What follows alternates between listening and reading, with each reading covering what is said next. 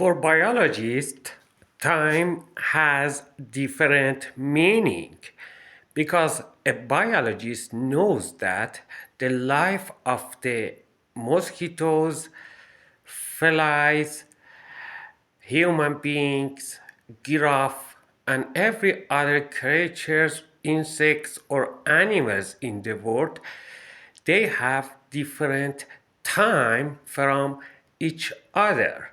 And this difference, that is because of the size of these animals or creatures, and that is because difference about their consciousness fields. For these creatures, in comparison with human and in comparison totally with God's time and absolute time, as I described in previous YouTube program, not just only the value of the time for insect, that is different from our time.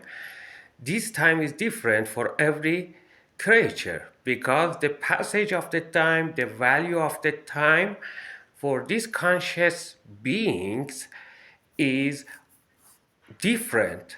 The passage of the time, the value of the time, and the total time that they have to continue living, all is different, and that is so much important for us to understand the concept of consciousness, not just for human beings, but also for other living beings who live on earth. The passage of the time is so much quick and short for insects because they live, for example, 1 week, 2 weeks, 1 month, 2 months.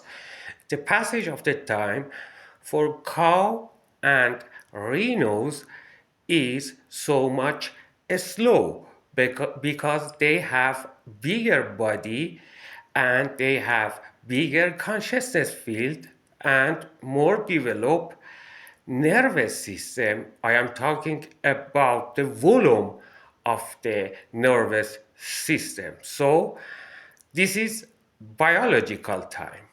Biological time is different from the time that a physicist, for example, define.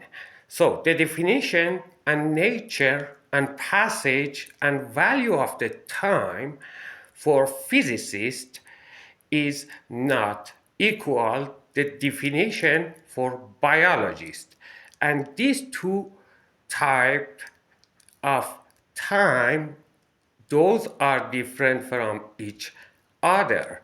Also for same human being, for example, a twin from a family, for even for twins, the time passage and value and measurement is different from each other because we are sure that one of these two, they have a little greater consciousness field, and that is very, very important for us before understanding the nature of the consciousness.